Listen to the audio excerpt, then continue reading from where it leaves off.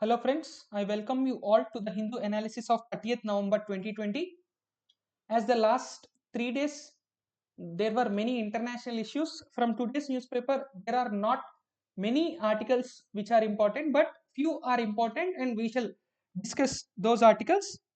The first one is China's nod for a downstream dam on Brahmaputra.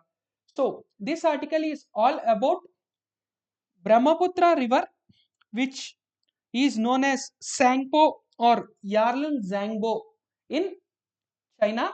This river from China it flows into India and it is a lifeline for the entire northeast India.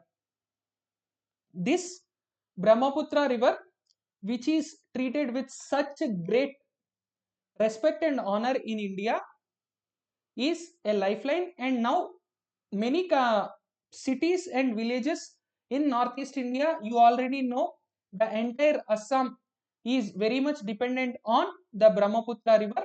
This Brahmaputra river, if its water doesn't flow properly to India, if there is any obstruction for its water to flow into India, that causes a lot of trouble to the entire Arunachal as well as Assam. Here, China actually gave a nod. That means China has put forward a proposal for a dam on Brahmaputra in its downstream. यानी कि भारत में enter होने से पहले एक नई dam शुरुआत करने की बात कर रही है China. So this will be the first downstream dam on the lower reaches of Brahmaputra river or the Yarlung Zangbo, which is known in Tibet. And this is because it wants hydroelectric power exploitation from this river, and this has a lot of potential ramifications. That means there is a lot of impact for this on our country. तो यहाँ पे इस article में पूरे details के अंदर हम लोग जाने की कोई जरूरत नहीं है, but the important things are India's concerns and how this water distribution affects countries as well as people. Simple logic, my dear friends. Let us say this is how a river is meeting sea. This is state or country A or region A, you can say this is region B. Let us say, for example, at a place very near to the border, in this particular place, a dam is made by the region A. The river is flowing in this direction, the dam is made. Now what happens? There will be a huge water facility available for A. When will the region A release water to B? Only then all its needs are fulfilled. That means only the water which is surplus, that will only be released by A towards B. So if there is flood, all of a sudden they will release the water. If there is a drought, they will not release the water. यानी कि वो लोग अपनी मर्जी से पानी जो है वो रिलीज करेंगे. Now what about the area or the land which is dependent on the water in the region B? अगर एक साल रिवर में ड्रॉट जैसा सिचुएशन आ गया तो उसकी वजह से क्या होगी? There will be a very high impact on B because they will not release the water. Similarly, if there is a flood like condition, all of a sudden A will release water, and in any way who is going to face the problem? The region B. Now China is in the upper region of A, India is in the lower region of B. So if there are dams which are very very nearer to India, what happens? It will be very very difficult for us, for Indians, to control and to coordinate with the flood management, disaster management. Already we know we call Brahmaputra as the Assam sorrow. That means the river which causes lots of problems to Assam is Assam sorrow. We call Brahmaputra as Assam sorrow, even though we know that Brahmaputra is a lifeline. This is only because the impact of the sudden floods and the submerging of the riverine areas of the Brahmaputra region. Now that's why यहीं पे भी India ने क्या किया था?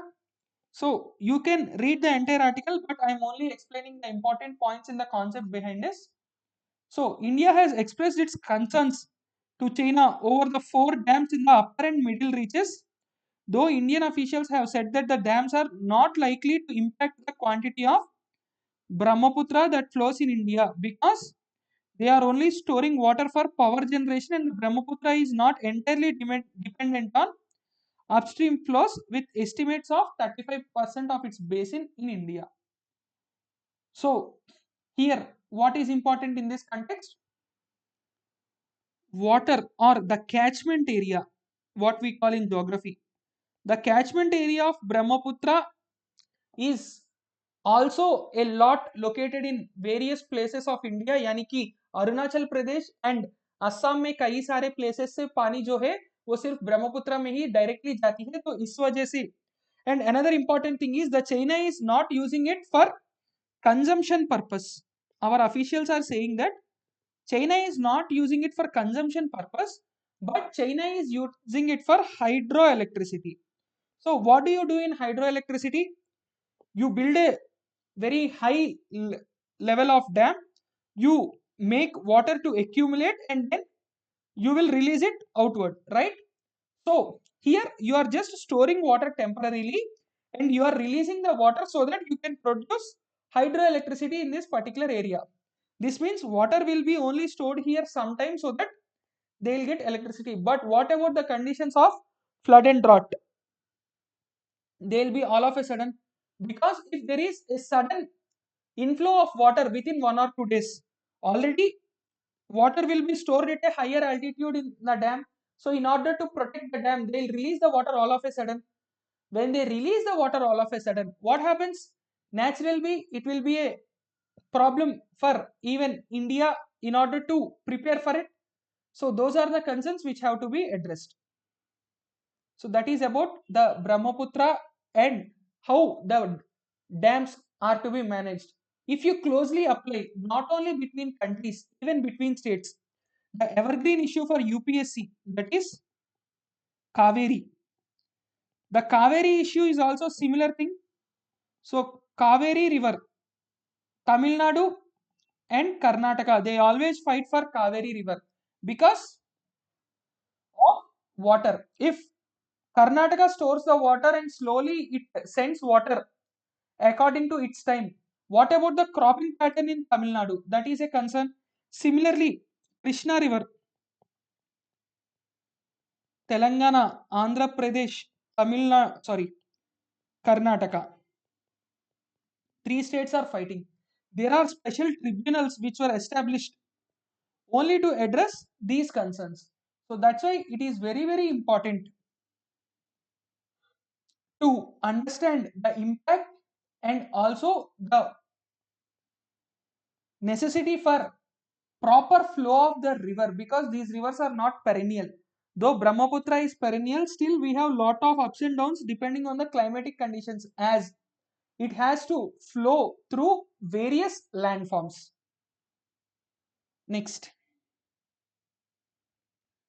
So I did not keep complete article, I only kept the important point. So 2060, sorry, 26/11, the black day in Indian history, 26/11/2008. On our constitutional day itself, there is an attack in Mumbai. So the key accused of this attack wanted a medal for his top class input, यानी कि जो इस पूरे attack के mastermind थे, उसको अब क्या चाहिए था? उसको एक मेडल चाहिए था पाकिस्तान गवर्नमेंट के द्वारा.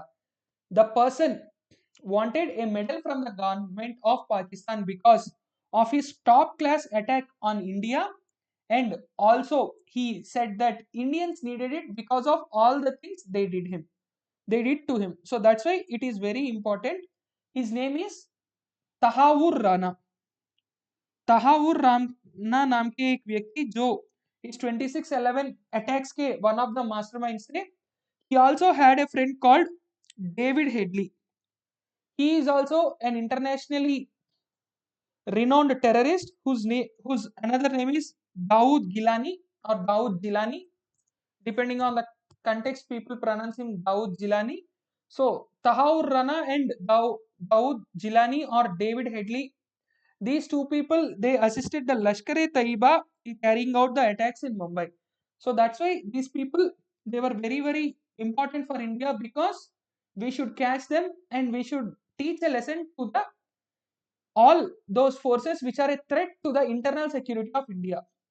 Headley's involvement with Lashkar-e-Taiba predates the Mumbai attacks. ये जो डेविड हेडली है वो लश्कर तैयबा से जो भी चीजें में इन्वॉल्व थे वो भारत में अटैक से पहले भी थे. In 2006, Headley met Rana in Chicago and told him about his association with LET and his order to conduct surveillance about Mumbai. यानी कि 2-3 साल पहले से ही ये लोग बिल्कुल अच्छी तरह से प्लानिंग कर रहे थे.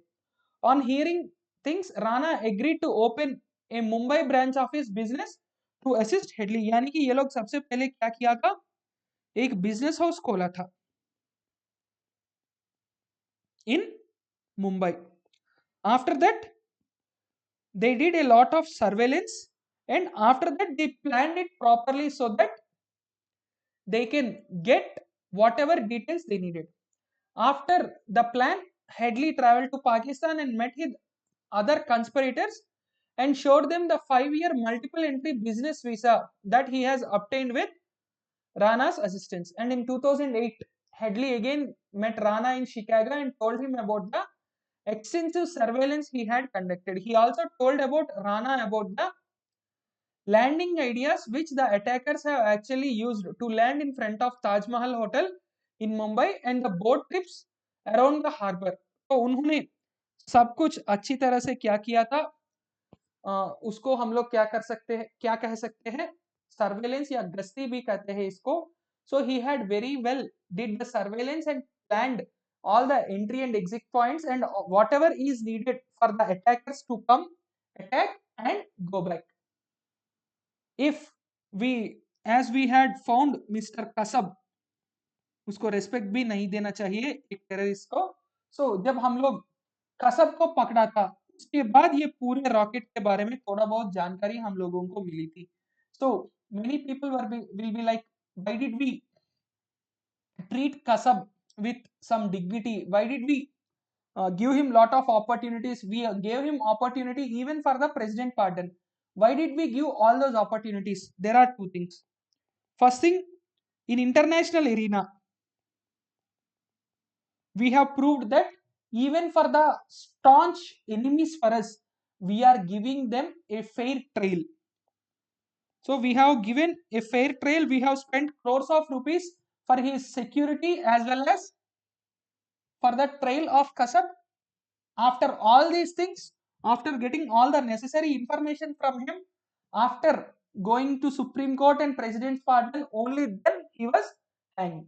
So here you can clearly understand, because in the recent developments, Pakistan's Science and Technology Minister had said that we taught India a lesson with 2611 Mumbai attacks. That means if a country's cabinet minister is speaking that we have taught a lesson to other country with 2611 attacks, that means Pakistan has directly supported these attacks. So it gives for us a great opportunity to expose them before FATF and other international organizations.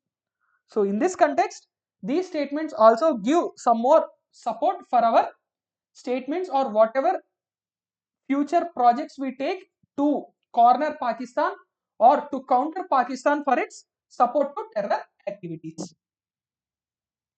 Then the next article, this is an ongoing issue. Every one of you might have known this thing. Farmers reject the center's call for talks because the Burari is an open jail for them.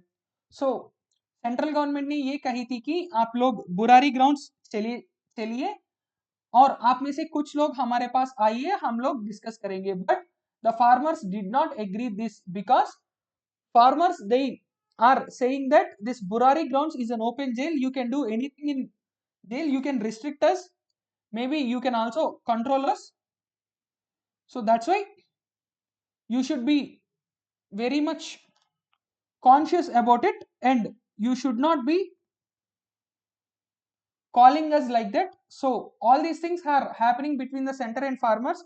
Once there is a final decision between both the parties, then only we shall discuss it. Otherwise, just go through the day-to-day developments, but don't focus too much on it. In the editorials, whenever there is an article on farm bills, we'll discuss that. Next, India rejects OIC reference to Kashmir. So there is an organization called OIC, Organization of Islamic Cooperation. It has referred to Kashmir in one of its recent meetings, and India has very strongly objected it. India on Sunday strongly rejected the criticism of its Kashmir policy by the Organization of Islamic Cooperation. जो organisation of Islamic cooperation है उसने Kashmir policy को intervene किया था. Organisation of Islamic cooperation ने ये कहा था कि article 370 should be restored in Kashmir. When an international organization, that to an Islamic organization in which Pakistan has a very bigger say, is speaking against Kashmir, immediately it is our responsibility to counter it. So that's why we have countered it. The Ministry of External Affairs has hinted at Pakistan and said that OIC is being used by the country for its campaign against India. हमारे external affairs ministry ने ये बात कहा था कि भाई लोग, आप में से कोई एक ऐसा है जो ओआईसी को अपने खुद के एजेंडा के लिए इस्तेमाल कर रहे हैं. You should think in a broader perspective, you should think in a broader manner, and then only you should talk about the internal issues of India. Otherwise, please do not talk it. That is the reply which we gave indirectly, because as it is a very sensitive issues, we should not go to direct attack.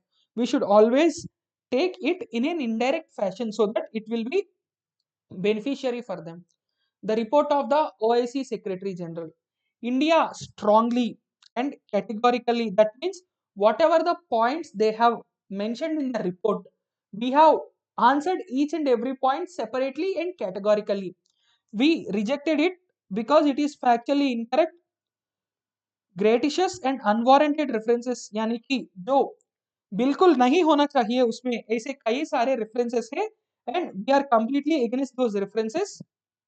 And also to the resolutions which adopted by the Organization of Islamic Cooperation at its 47th CFM, that is the Council of Foreign Ministries session in a place called Niamey in the Republic of Niger on 27 and 28. So 27th and 28 there is a meeting. On when they released the final report by the Secretary General of OIC, it is 29th for us. When we saw the report, immediately we gave a counter statement. So there are a lot of issues with the report which they have published, and that's why we have objected it very severely. Then the report of the Secretary General of the OIC on the activities of OIC has submitted its report to the 47th session of CFM, and it refers to the situation of J&K. So it demanded Article 370 to be restored, and we strongly condemned the provision of re-inclusion of Article 370 or re-establishment of Article 370 to a integral part of India. And exactly what did the report contain which we had a problem with? The report said that the decision of the Indian government on 5th August 2019 towards changing the demographic and geographic composition of the territory and continuous blockade, ये चीज थोड़ा हम लोगों के लिए offensive है. Continuous blockade and restrictions together with human rights abuses had awakened renewed efforts of the international community towards a resolution of the conflict. यानी कि उन्होंने कुछ एलिगेशंस किया था. ऑलरेडी हम लोग इसके बारे में कई सारे इंस्टेंसेस में डिस्कस किए थे regarding the human rights issues and also the restrictions. We also discussed this context of Kashmir when the Supreme Court said that the internet has to be restored, and other developments also we have discussed in detail at that particular point of time. तो यहाँ पे जब एक ऐसा allegation हमारे ऊपर एक गलत आरोप लगाया गया था, तो इसलिए हम लोगों को अब ये मजबूरी से क्या करना पड़ा, रिएक्ट करना पड़ा. Then importance of OIC, organisation of Islamic cooperation के बारे में कुछ चीजें. The OIC was formed in the year 1969 after a summit in Rabat, which is in the Kingdom of Morocco. So Morocco के रबात नाम के जगह पे 1969 में इस्लामिक कंट्रीज जितने भी हैं वो सारे इस्लामिक कंट्रीज मीट किए थे और उसी दिन उन सारे कंट्रीज ने डिसीजन लेके इसको क्या किया था, एस्टेब्लिश किया था. And its headquarter is in Jeddah, the capital of Saudi Arabia. The OIC is the second largest intergovernmental organization after the UN. It has a membership of 57 countries and 12 observers, including United Nations. The observers also include India only in the 46th conference. In the 46th CFM, now we are talking about the 47th CFM. In the 46th CFM, India was also invited as a special guest and invitee as an observer state. The term intergovernmental organization refers to any entity which is created by treaty involving two or more countries, and these countries will work in good faith and on issues of common interest. In the absence of a treaty, IGO does not exist in any legal sense. यानी कि any international or intergovernmental organization, यहाँ पे clearly क्या लिखा हुआ है, intergovernmental organization is nothing but a treaty or a pact which is signed by two or more countries where every country has its own say or its own word in that organization, and they all work in good faith with a lot of mutual trust between each other and also on the issues of common interest. In the absence of a treaty, the intergovernmental organization does not exist in any legal sense, and this organization is the collective voice of all the Islamic countries and also the Muslim world. So this organization of Islamic cooperation is an organization for all the Muslim countries in the world, and they have a collective voice of the Muslim world. It endeavors to safeguard and protect the interests of Muslim world in the spirit of promoting international peace and harmony among various people of the world. यानी कि दुनिया के सब लोगों के बीच में एक international peace and harmony develop करने के लिए, and also to protect and safeguard the interests of Muslim world, this organization works. More than one-fourth of the members of UNO and one-fourth of population of the world are represented by OIC, and OIC has a very key role in shaping our world because majority of the countries from where terror organizations or Islamic terrorism is what they call it, one sect of Islam who promotes terrorism, almost all the countries which promote terrorism are in this organization. So that's why it is even more important, because countries like Pakistan, they do not agree that they were promoting terrorism, but they promote terrorism, which we all know. So there are many countries like that which are hubs for terror organizations, but these countries, if they all resolve to fight against terrorism, that can be something which can be beneficiary for the entire mankind. The next article is about the killing of a nuclear scientist in Iran, which is in international news for the past few days. So it is internationally important because you can read here. Mohsin Fakhrizadeh. Mohsin Fakhrizadeh is the person who is a Iran's nuclear scientist and also one of the key advisor to the government of Iran regarding its nuclear policy. Already one or twice in the last 1 month we have discussed about the nuclear policy of Iran, how Iran is proliferating the nuclear weapons, how the rest of the world is seeing Iran as a nuclear threat to the world.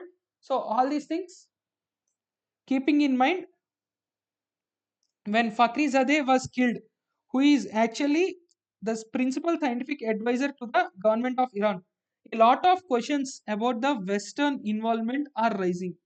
Now, Iran said that it will give a calculated response. After getting some more data about it, it will give a response. It will not immediately respond it, is what they have said. So, because Joe Biden already has declared that he will restart the negotiations for the Iran's nuclear deal. Iran के साथ एक nuclear deal finalise करने के लिए negotiations शुरू करने के लिए ऑलरेडी जो बाइडेन ने अपने इलेक्शन कैंपेन में ही इसके बारे में क्लैरिटी भी दिया था. So that's why we have to see what happens in future. If there is any sudden development, definitely that will be important for you in your GS2 IR and also your prelims.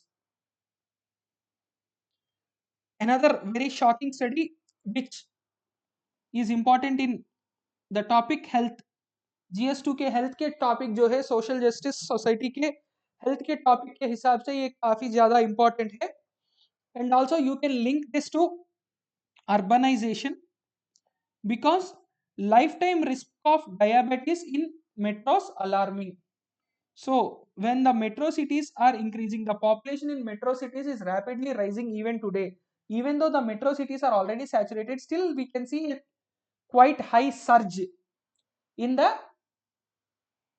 number of people who are coming to the cities. So naturally this study should be taken with utmost caution by checking the facts and all the other details related to it. Now, a disturbing news research is published in Diabetologia, that is a journal of the European Association for the Study of Diabetes. It shows that more than half of men, nearly 50%, and two-thirds of women aged 20 years in India are likely to develop diabetes, with most of those cases with type 2 diabetes. Generally, we have two types of diabetes, type 1 diabetes and type 2 diabetes. Normally, we call it as sugar disease. Sugar disease is nothing but your type 2 diabetes. The research titled Lifetime Risk of Diabetes in Metropolitan Cities in India. That is the title of the research, which shows how vulnerable we are. So it only highlights the vulnerability of our city youth and also the city people.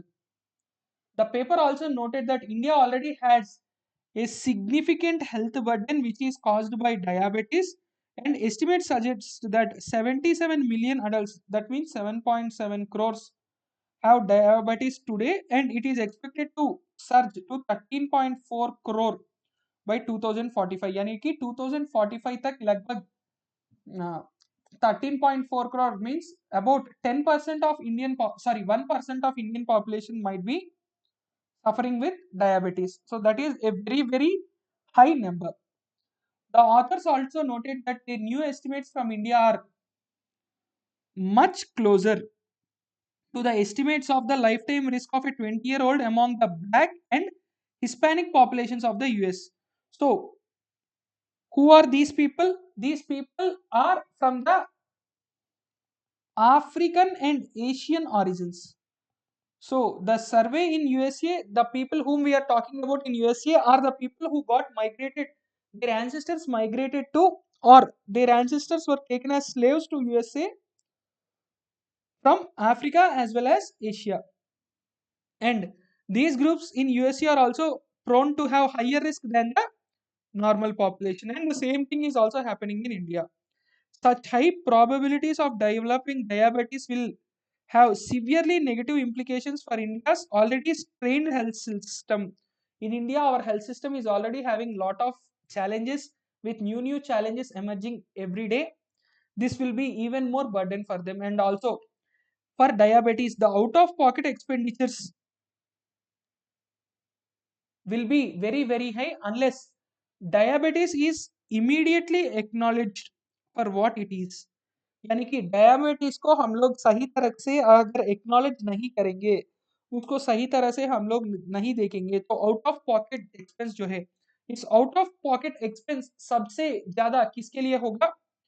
The out of pocket expense will be maximum only for the middle class people, because the poor people are under once any sort of health scheme by either state or the center, and the rich people we need not worry about their health, but the middle classes who are the heart and soul and majority of Indians, these middle class people who have the out of pocket expenses of health, it is very, very big burden for them, because many of the insurance policies also do not cover diabetes.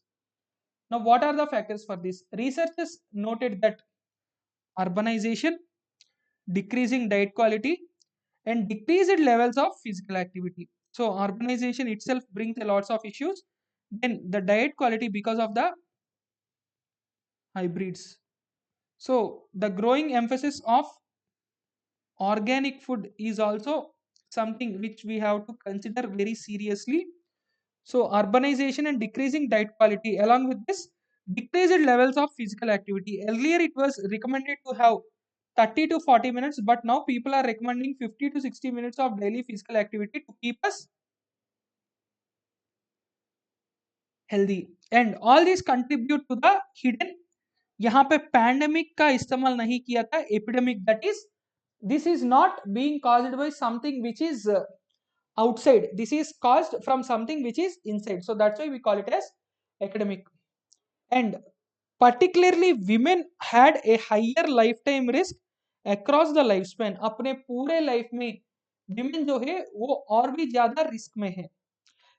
Remaining lifetime risk of developing diabetes declined with age. यानी कि यहाँ पे remaining types of developing diabetes has declined with age, but women have a higher lifetime risk when compared to men.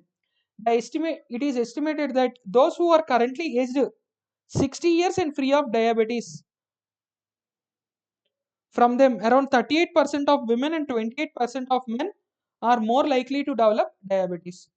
Obesity is also having a substantial impact on these projections. यानी कि obesity जो है वो भी एक बहुत बड़ा problem है which is facilitating this diabetes.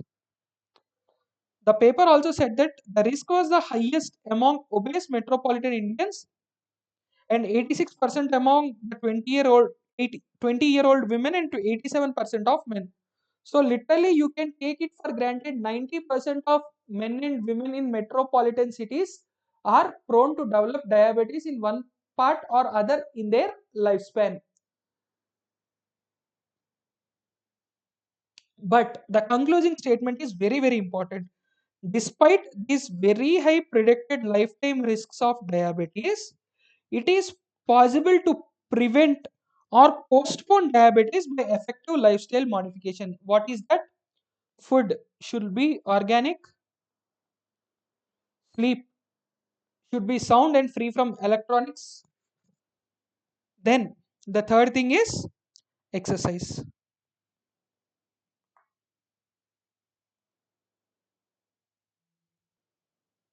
So that's it for the day, guys. See you in the next class. Thank you.